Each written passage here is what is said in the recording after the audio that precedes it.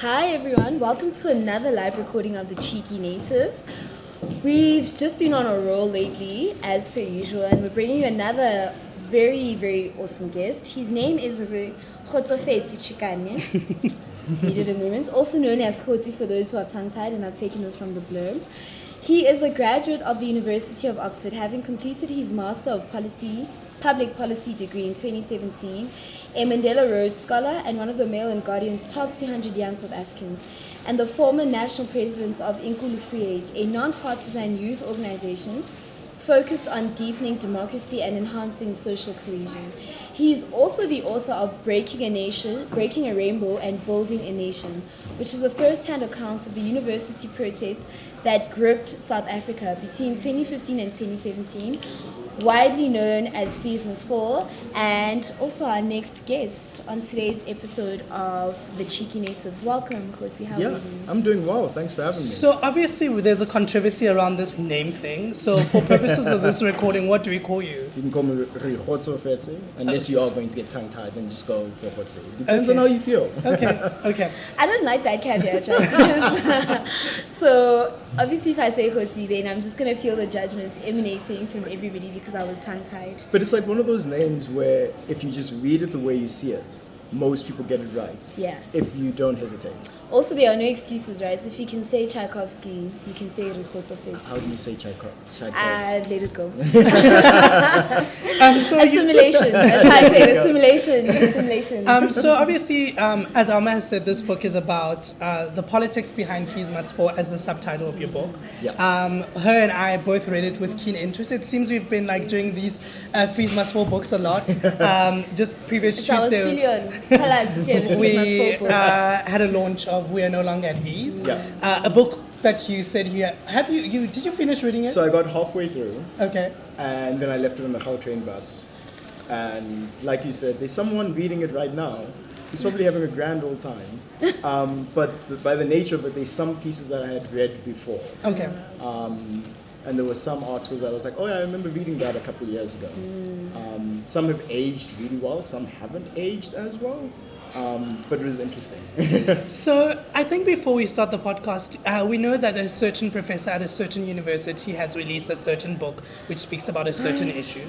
And as someone who's also written on this certain issue, what are your feelings about this certain professor writing on this certain topic? Also, in addition to that, right, I think the Tlokonolo was on 702 today. And this was a discussion that came up about the sort of accepted viewpoints, right? And I mean, I'm just, we need to have a return to Amahloni in this country. And I cannot, I don't know how to translate that.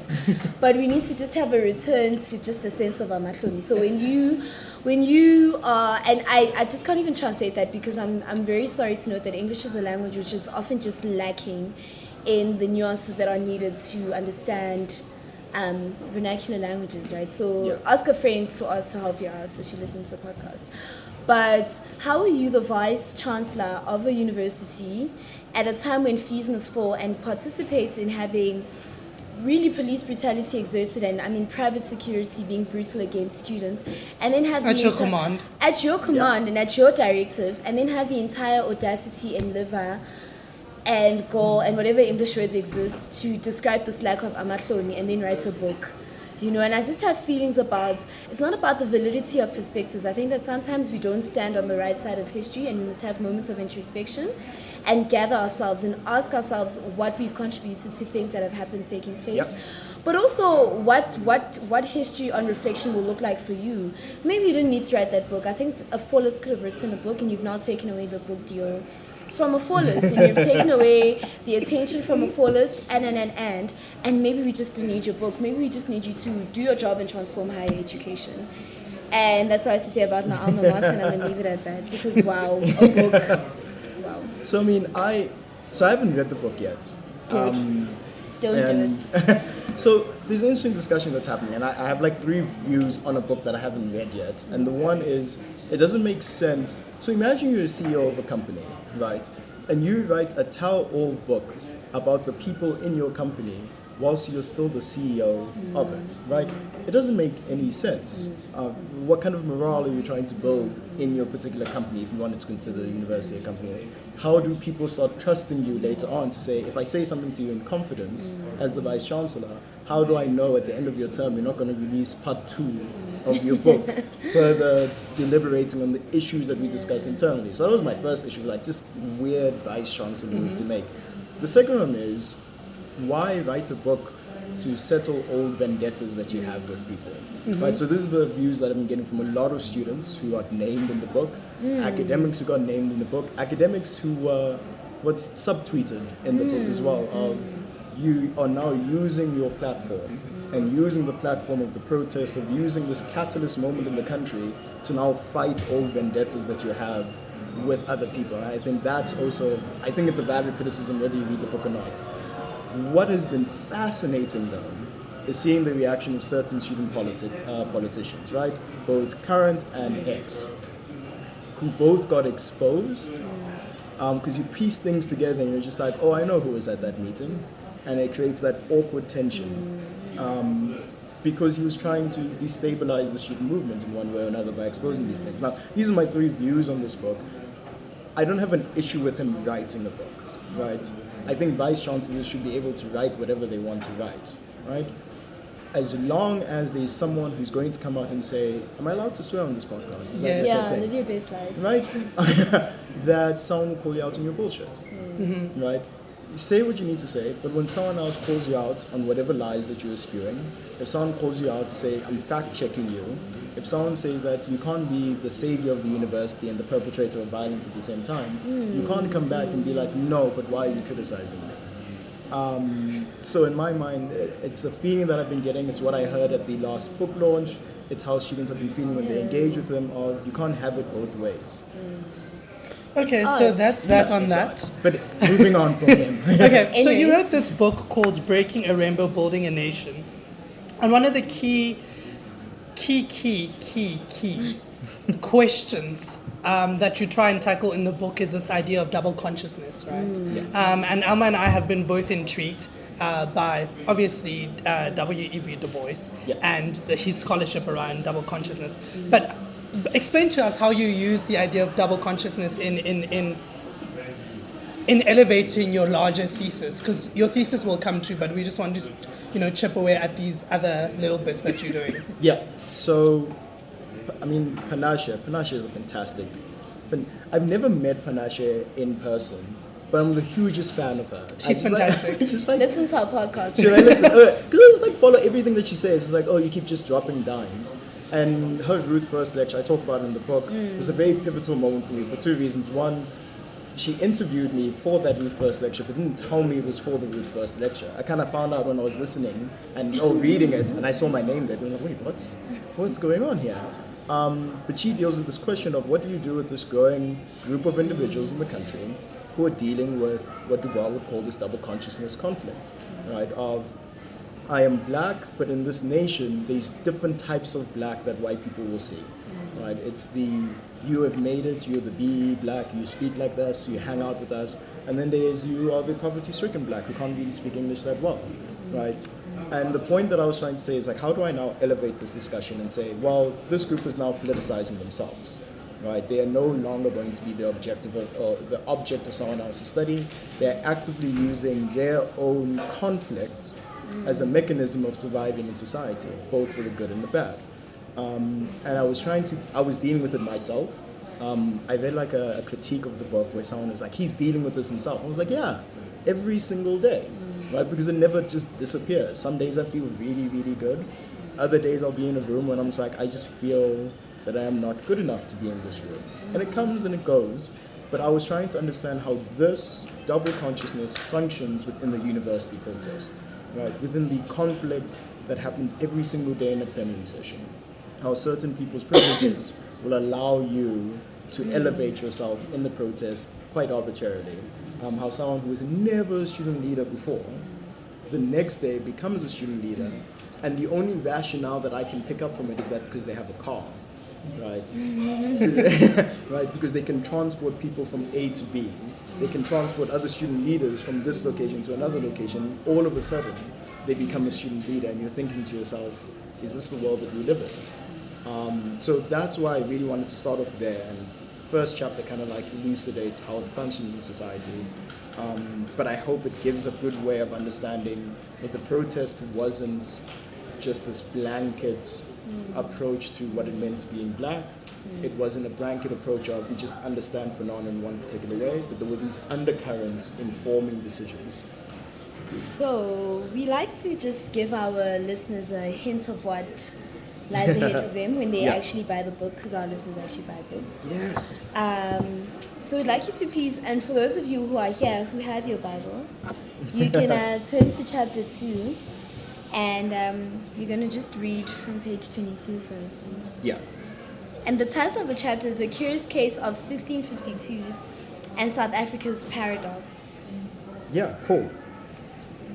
My name is a political compromise. Whenever I'm referred to as Khotsi, it's a subtle reminder to me of what it means to give up a piece of yourself. Something as fundamental as understanding why my name is a political compromise can give insight into how and why youth politics in South Africa is changing and where the motivations that continue to drive student protests come from. The name Khotsi isn't even a name. It's a random combination of letters with no meaning, no history, no culture, and no sense of something bigger than myself. It would be wrong to simply say it's a nickname. No.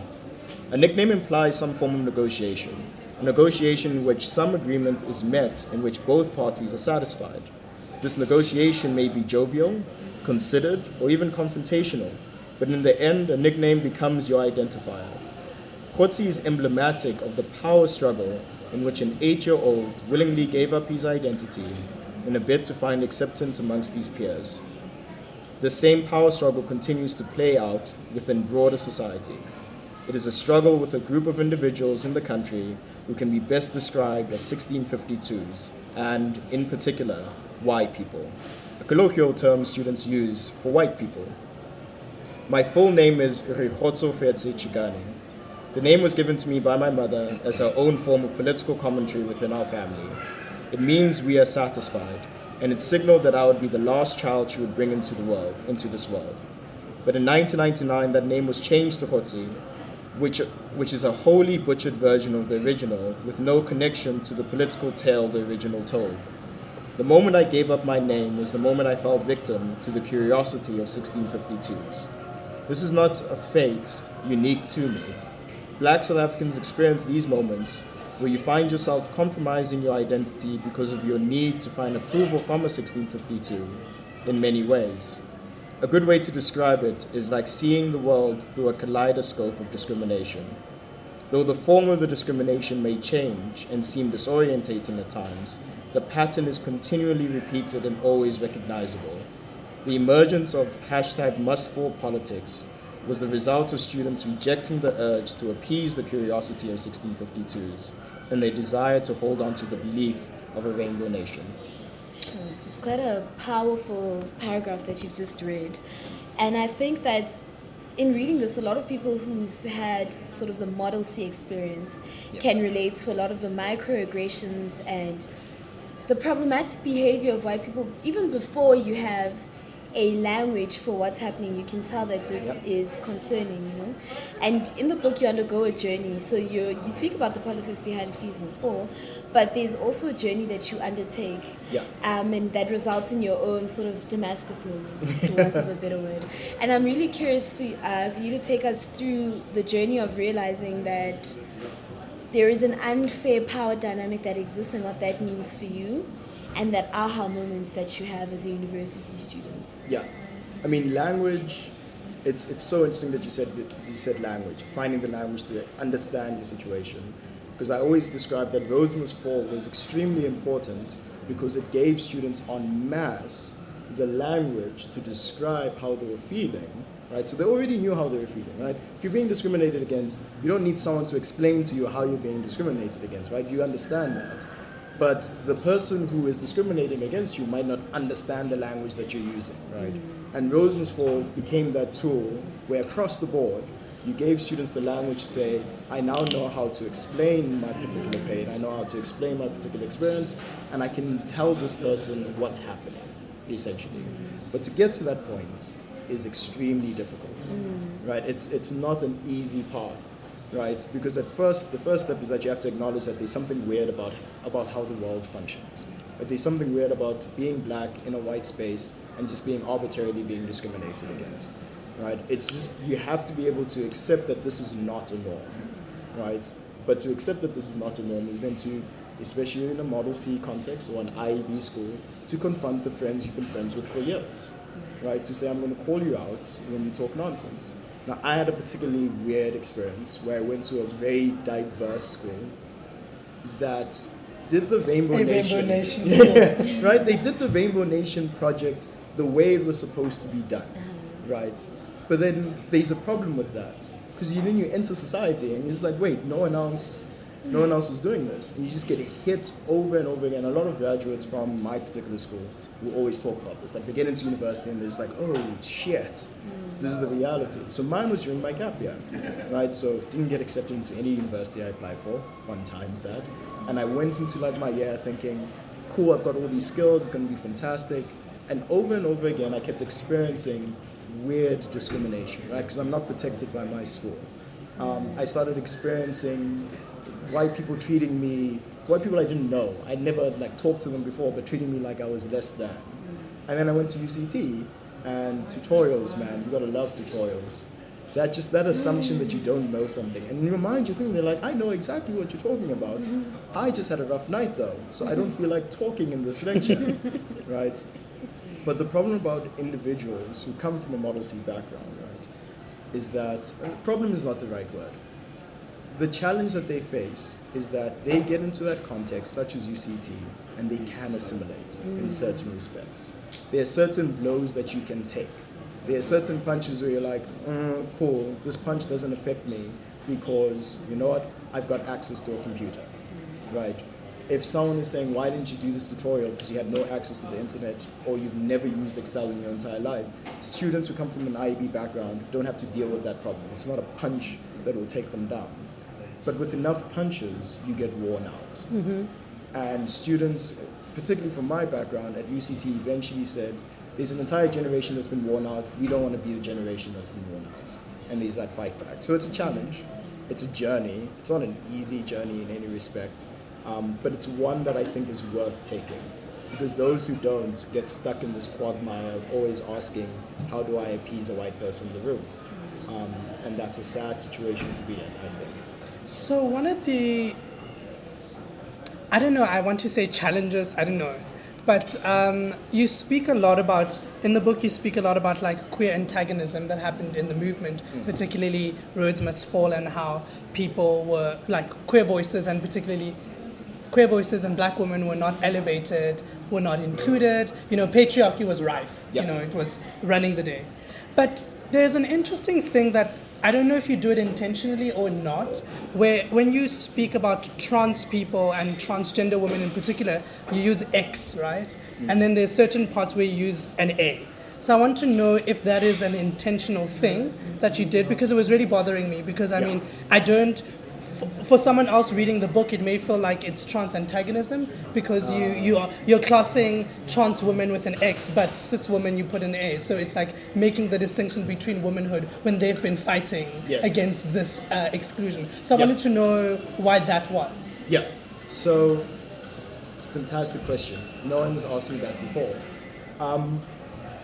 So when it came to certain political groupings within the protest, I tiptoed over groupings that I didn't feel that I could write about, but I wanted to respect at the same time, if that makes sense. Because you can't tell the tale without mentioning that there were trans women in the movement, right? You don't want to erase people from it. In my mind, I was thinking, can I find a balance from this? Can I find a balance that makes sense? So explicitly decided that I want to use X. Right? To show that there's effort there, not for my own benefit to be like, pat me on the back, but just like, I want to respect as much as possible. But there are certain situations where, so for instance, when I talk about the minute by minute of what was happening in the protest, right? In my mind, because everyone was involved in that situation, I choose to use A when I talk in general. Okay. But when I talk specifically, I use X. Now that might be a mistake, it might be an issue, but it was my way of attempting to try and cross that boundary I don't think many people were trying to do, but also highlighting moments of theoretical thought and moments of intense day, blow-by-blow moments. So I'm not perfect at it at all. So I wish, for me personally, Yeah. I wish there was a paragraph making that explanation. Yeah. Because I mean, it would just feel like as if you are making the exclusion that trans women sought to Yeah. dismantle, right? So you're like, okay, I'm talking about these group of women and I'm talking about these other group of women. So for lots of people, it's like, because in the beginning I thought it was maybe a mistake.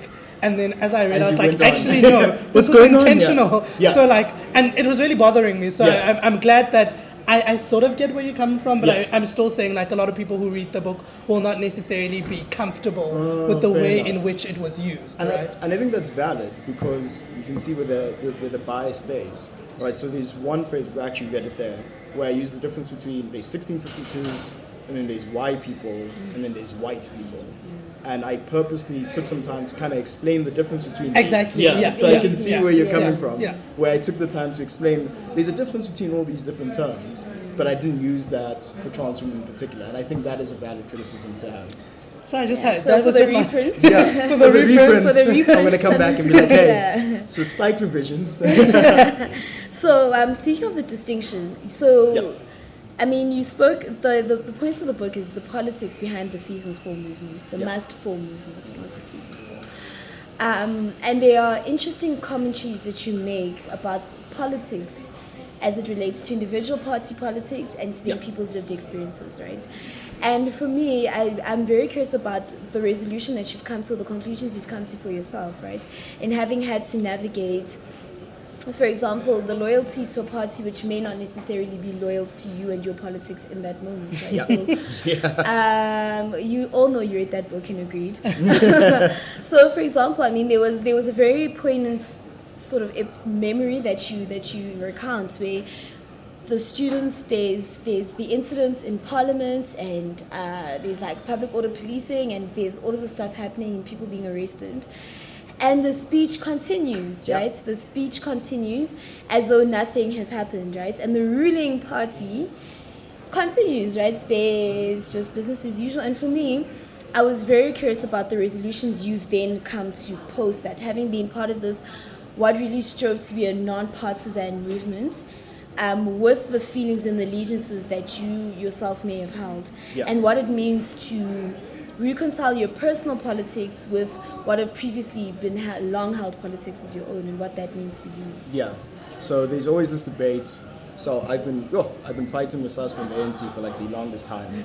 I sometimes I feel like I'm the chief internal antagonizer among student issues, because I grew up in a very politicized household, and an ex-girlfriend of mine actually highlighted this point to me, where someone asked her, why does Hotsi always support the ANC when they do all this manure all the time?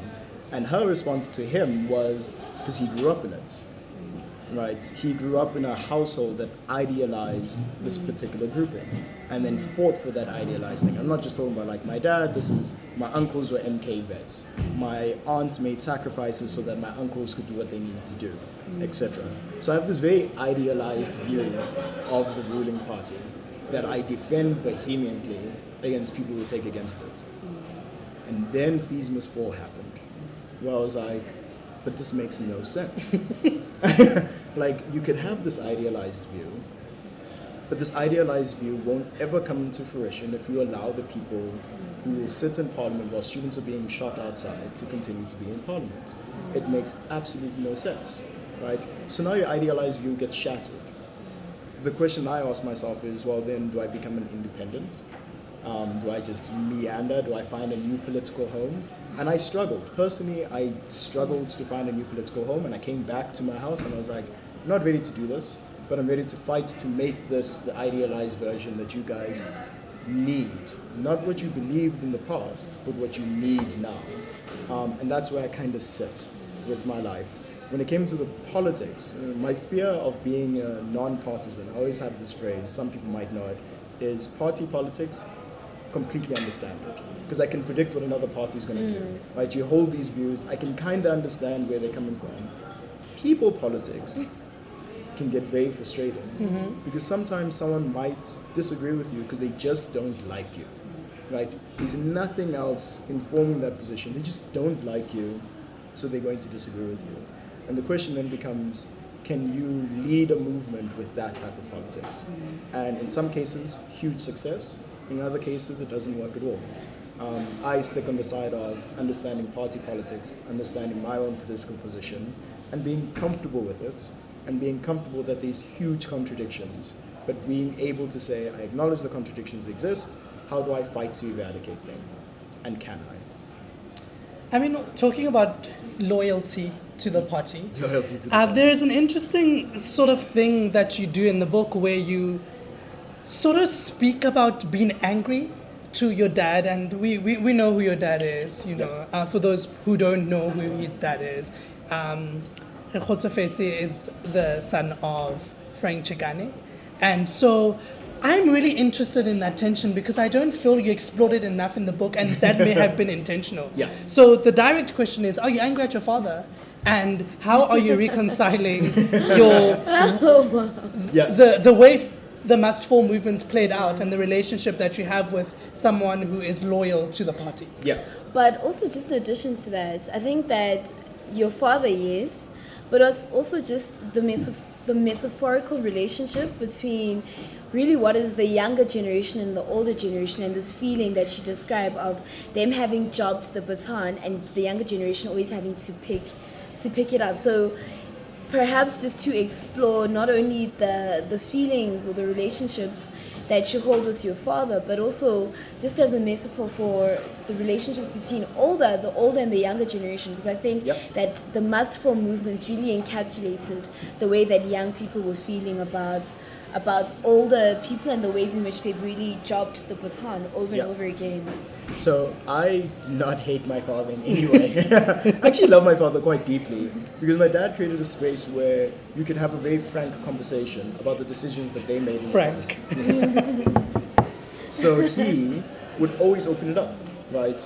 And it was only when only when I started going to university, I started studying public policy, was I able to come back home and be like, okay, so now I am now equipped with knowledge about the bad decisions you made, right? I can't even blame anyone else. I can blame you about decisions you made from 1994 up until your removal, 2009, your resignation, whatever it was in 2009, right?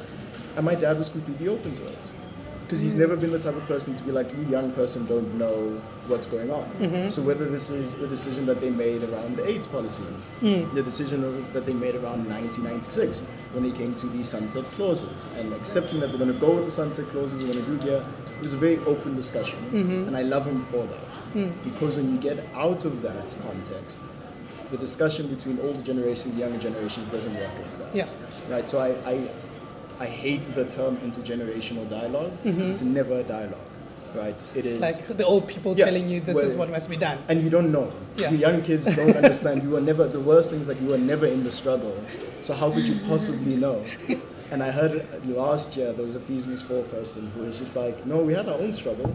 We now understand what it means to sacrifice to sacrifice your future for the lives of others, right?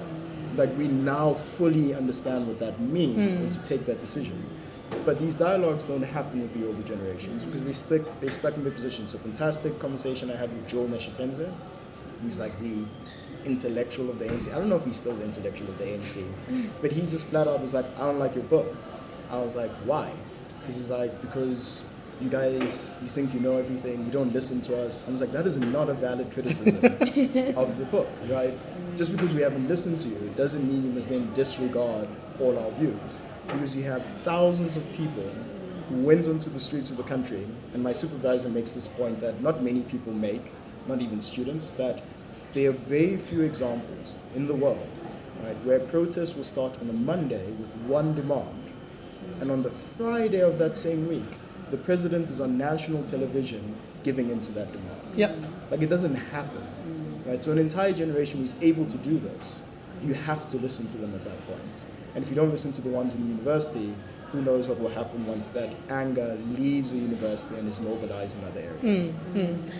So you also do, I'm particularly interested in the form of the book as well. Yeah. So the book is very academic. Yeah. Heavily researched, the footnotes, and I love footnotes. So like the footnotes are fantastic.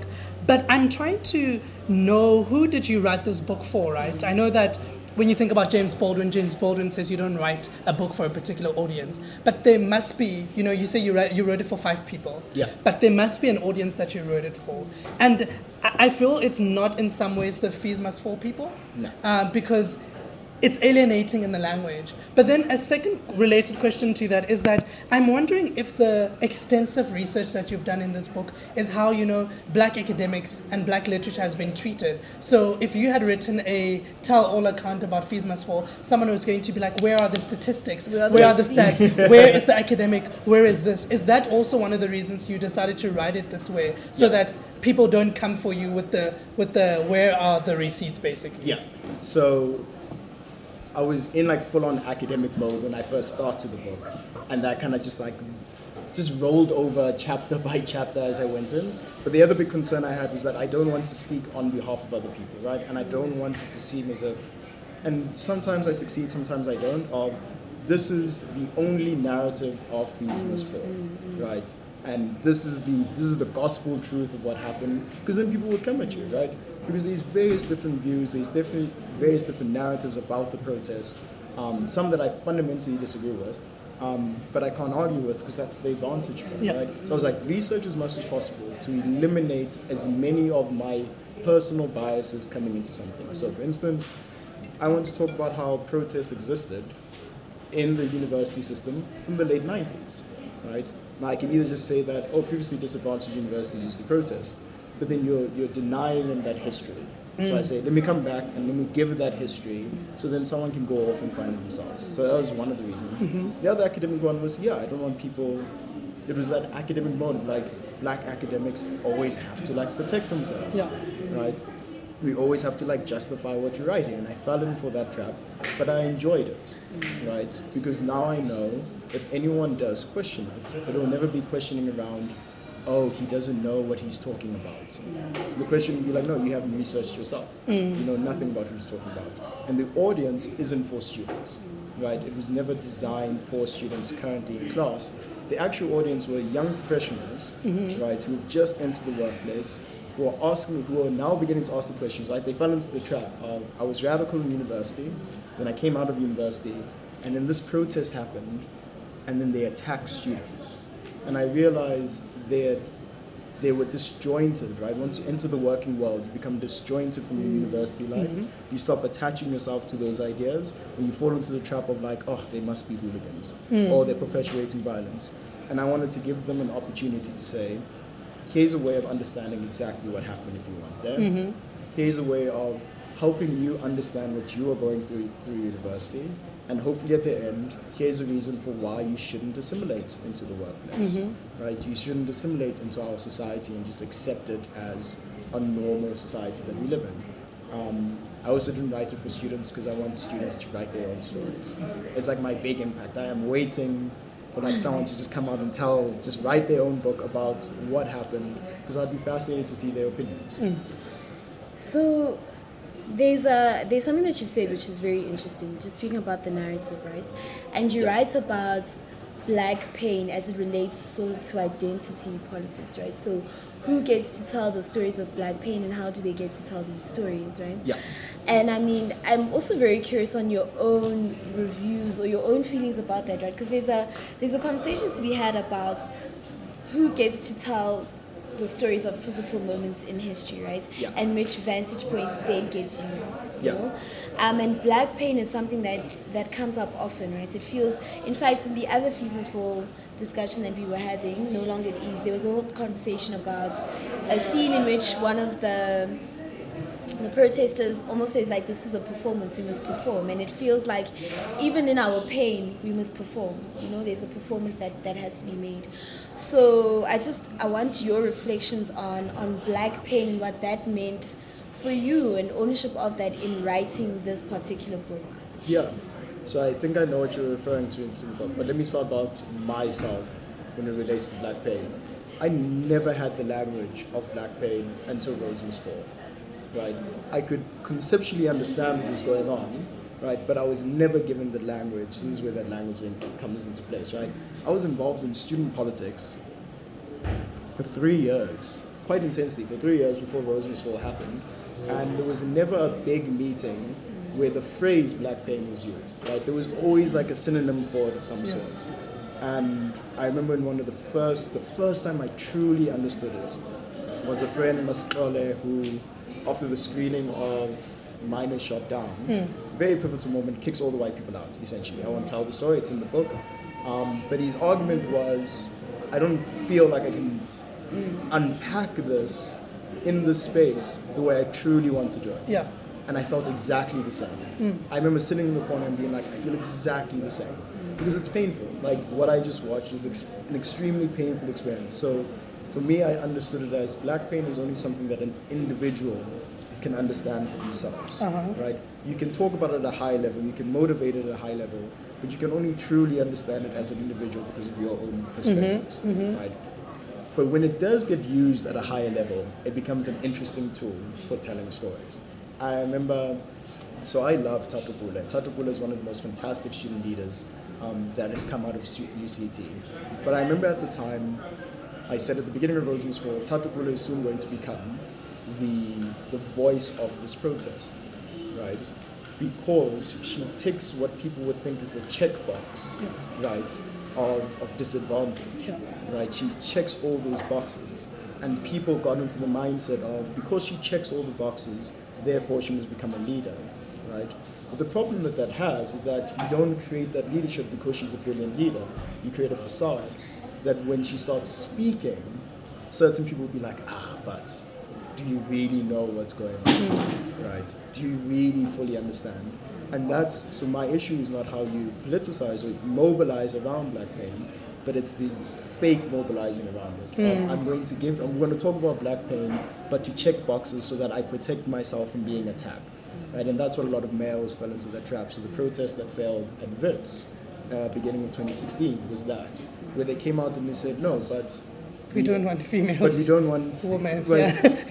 But we organized this discussion. We had a few females in the secret meeting in Pretoria. What's the problem? And the females said, no, but you're using it as a facade. It's a fake. You're not truly understanding what it means. And those are the contentious things that you have to deal with, because it happened a lot, where people use the facade of black pain, not intentionally, not like they were vilifying it in any way, but they used it to gain power so that they wouldn't have to interrogate themselves. So for me, that's why it has to be an extremely personalized aspect for someone. Speaking of like interrogations, Yeah. There's an interrogation that I would have liked to see a little bit more of in the book, Yeah. and that's the ways you discuss the failures of the must fall movements, or Yeah. why certain movements failed, and you speak about sort of the problematic, this toxic masculinity and this hyper masculine environment that was in, but you don't really go as deeply as I think a lot of us would have liked to see. I understand the idea that there are stories that are not yours to tell. I was literally going to say that.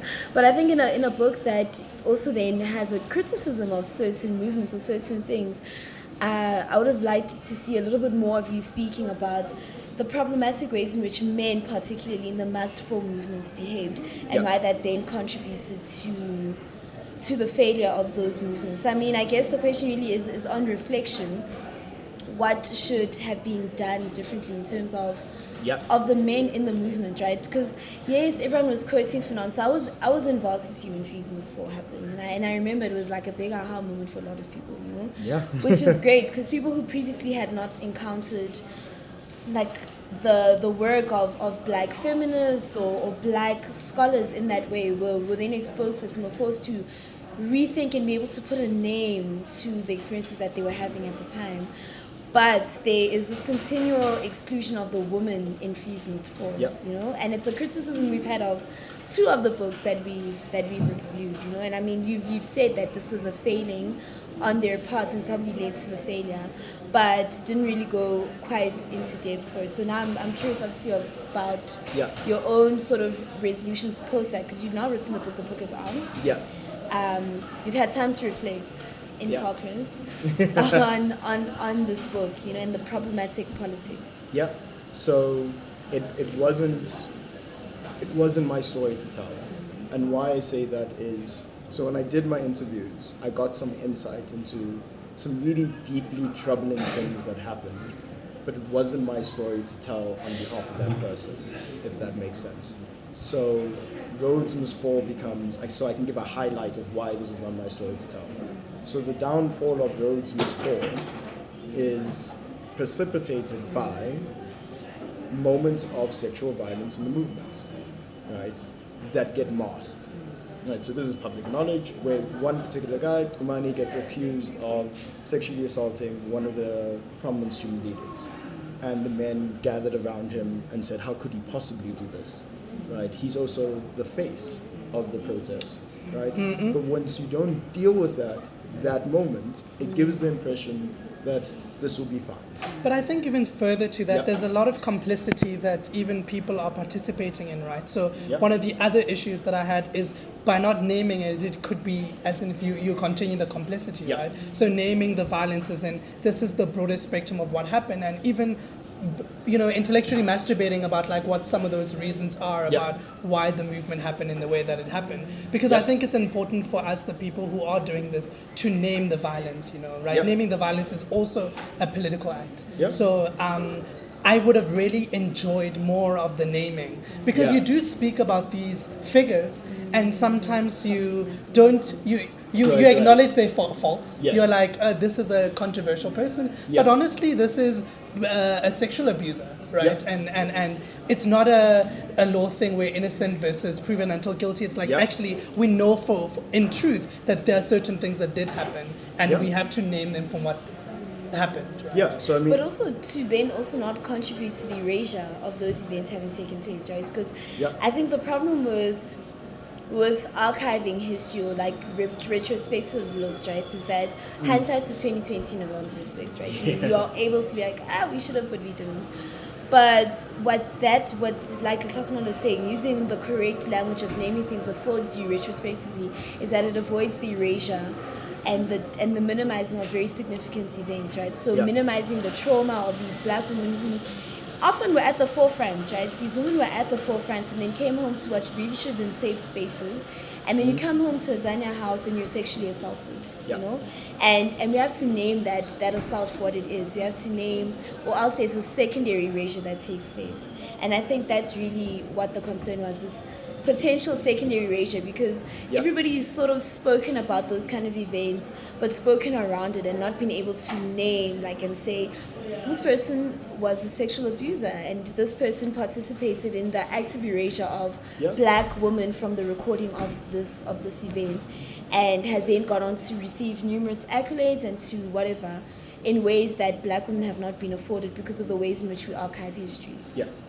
So, I mean, I use, not to cut you off, but I use, so RE reference list.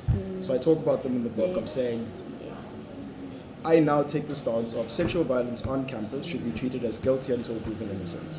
That is the only way you'll possibly stop sexual violence on campus. Now, if someone cheats on a test, plagiarism, cool, go back to you're innocent until proven guilty. But because of the prevalence of sexual violence on campus, we can't take that as a norm. Right? Otherwise, you can't change the entire system. Right? It's not like the one investigation that is skewed. It's an entire institution of how you investigate sexual violence on campus. When it came to naming names in the protest, and maybe I must reread it, I thought I had named individuals. So I used particularly that failed protest beginning of 2016. Right, so Umani goes on radio and gets slaughtered on radio, essentially. Right, he tried his best, but they exposed him, right, for being a patriarch. Essentially, at the end of the day, you can name all the he was a patriarch. At the end of the day, he was perpetuating some form of violence. And what I wanted to showcase was sexual violence happened in the protest, and it happened in many different respects. Right, so I remember one particular interview. I won't name my name here, but when I was interrogating, like, how did Rhodes Must Fall get to Shackville? How did Shackville happen as a moment? And her argument was so simple. She says, the smartest women in the movement, the organizers that had dragged this movement for months, no longer wanted to be part of Rhodes Must Fall, whilst these men were present.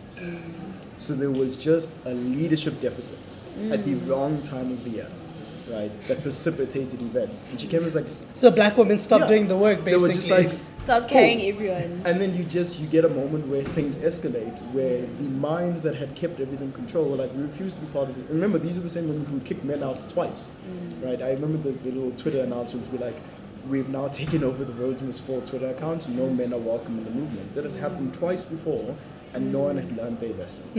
And she attributes that failure for people to learn their lesson, to see the explosion, yet she's one of the people who suffered the consequences of that explosion nonetheless. So you can see that double erasure continues to happen.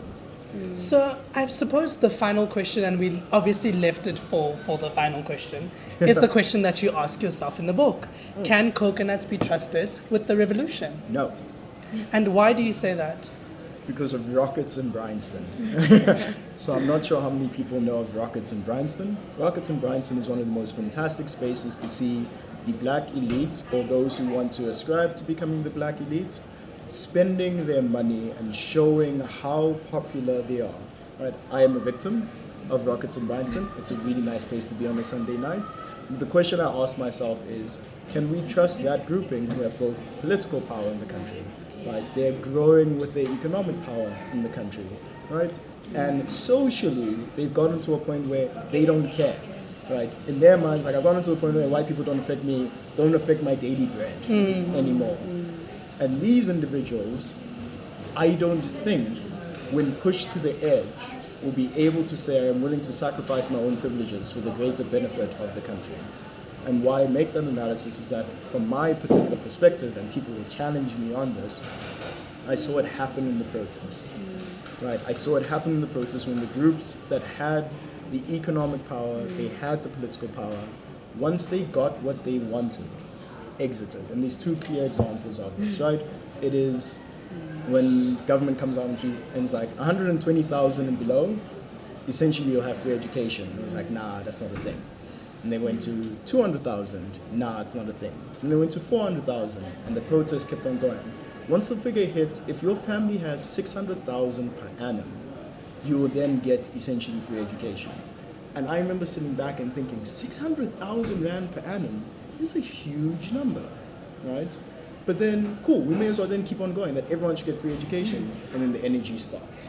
Right? And the question is, who then got what they wanted? So that's the first example. And the second one was a brilliant political move by the Vice Chancellor we won't name, right? Where he says, we're going to have a referendum on campus, right? We're going to vote, do we want to continue with exams?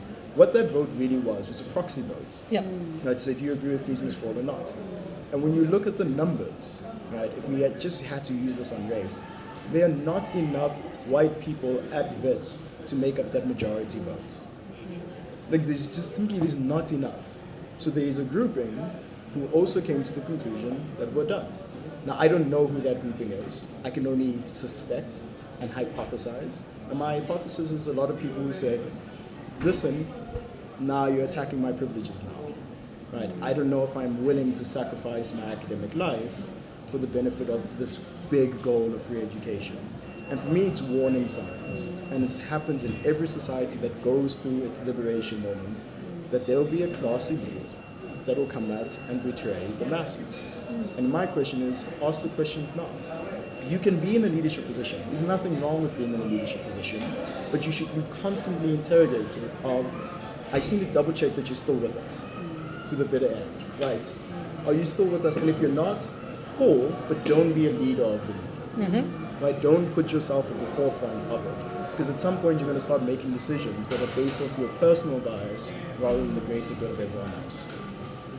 So, at the Cheeky Natives, we have a very interesting rating mechanism. So what we do is we don't give people popcorn and stars. And just, no. So what we do is we have something called the Cheeky Natives Land Committee. And what the ChikaneThese Land Committee does is we sit and we have very intensive discussions at this two-person committee with myself and Rekgotsofetse that is not subject to any outside influence. And what we do is we apportion land to our authors. Oh, wow. Based on how much we've enjoyed their book, what we think the book is likely to do, the importance of the book. So if we haven't enjoyed your book, you may possibly not get land. Oh, wow. No pressure. So the Rekgotsofetse and I sat, and I mean, we've had the privilege of reading two Fees Must Fall books in quite close proximity to each other in terms of time. And I mean, when I was reading the book, I was telling him I had a lot of hallelujah moments, because you have those moments of double consciousness where even as a young black person, you can't really remember the first time that you were acutely aware of your blackness. Yeah. But you've always known that you were black. For as long as you can remember, you've known that you were black or that you weren't white. Yeah, that cricket game for me. That cricket game, or, like even as a child, you'll have an incident that points you, but you don't have the language to express it. Yeah. And I think that this book was so necessary. We need more books that archive and that speak to the experiences of pivotal moments in our history, right? So I don't think we've done a lot of archiving as black people in this country, and as a result, we've allowed a lot of our history to be written by other people. And I really, really enjoyed what Breaking a Rainbow and Building a Nation is do. I think it's asking a lot of questions of people who enjoy certain privileges that they may or may not be ready to accept that they enjoy. And so, having had this discussion with Rekgotsofetse and I, we've decided that we're going to apportion you a piece of land in Parkhurst. Oh. And when you read the book, we don't want to give away too much. You'll realize why Parkhurst is particularly significant. Yeah. It's a significant piece of land to apportion to Rekgotsofetse. So that's where we're giving you land. It's a nice Go forth and flourish. Write more books. Write more books. Call more of our coconuts to account. Yeah. Yeah. So thank you very much for writing this book and for archiving, very important stories around Fees Must Fall. As we said in the second edition, perhaps do a bit more explaining in certain respects so that we are all included in this conversation and in this 100%. archiving. And also, deal a little bit more with the tension of your father, because I'm really interested in that. Write another book about that. Write is another the book. idea. Maybe that's So there's an idea. The idea for a second book, if they allow me to write a second book, would be conversations with my parents. So I'd be interested in that. So thank you very much, Cheeky Natives, for listening to this episode of the podcast. Please follow Rekgotsofetse on Twitter. He is Khotsi22 on Twitter. Yeah. And Chikane on Instagram. Chikane on Instagram. And thank you very much. We hope that when you have your second book, you'll call us up again so we can do some more conversation. Yeah. And we wish you all the best from the Cheeky Natives. Thank you. Yeah, thanks for having me. Yay, thank you.